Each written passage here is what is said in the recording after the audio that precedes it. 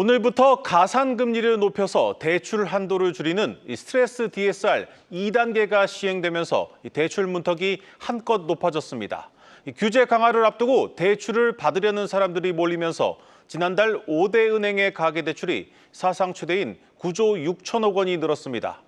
금융당국의 압박 속에 은행들이 자체적인 규제까지 하면서 이른바 대출 절벽에 대한 우려도 나오고 있습니다. 첫 소식 전범진 기자입니다. 5대 시중은행의 가계대출 총액은 지난달 말일을 기준으로 722조 3,600억 원. 8월에만 집계 후 최대치인 9조 6,200억 원이 늘었습니다. 주택담보대출이 8조 9천억 원 증가했고 지난달 감소 추세였던 신용대출은 약 8천억 원, 전세대출은 4,700억 원 정도 불어났습니다. 이처럼 가계대출의 모든 항목이 급증한 배경에는 오늘부터 시행된 스트레스 DSR 2단계 제도가 있습니다.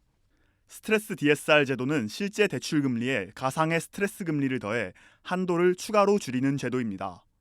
지난달까지 주담대에만 적용됐던 것과 달리 이번 달부터는 1금융권 신용대출과 2금융권 주담대에도 반영이 되고 수도권에는 1.2%포인트의 추가 금리가 붙습니다.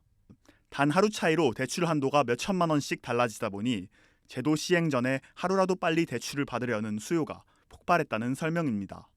금융권에선 이제부터 은행을 통해 충분한 자금을 대출받는 게 어려운 대출 절벽이 찾아올 것이라는 경고가 나옵니다.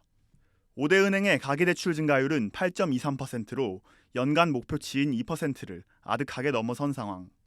이미 금융권은 단순히 한도를 줄이는 것을 넘어 대출 자체를 제한하는 방식으로 사실상의 자체 총량 규제를 시작했습니다. 국민과 신한, 카카오뱅크는 지난달부터 주담대 기간을 30년으로 제한했고 우리은행은 유주택자의 주택구입 목적 대출 자체를 금지하기로 했습니다.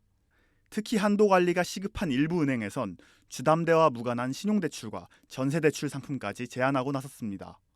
그럼에도 투기 수요를 억제해 가계부채를 잡겠다는 당국의 목표와 상반된 수치가 나오자 업계에선 지역별 LTV와 DSR 범위 확대 등 실수요자의 대출도 제약하는 조치가 논의될 것이란 전망이 제기되고 있습니다. 한국경제TV 전범진입니다.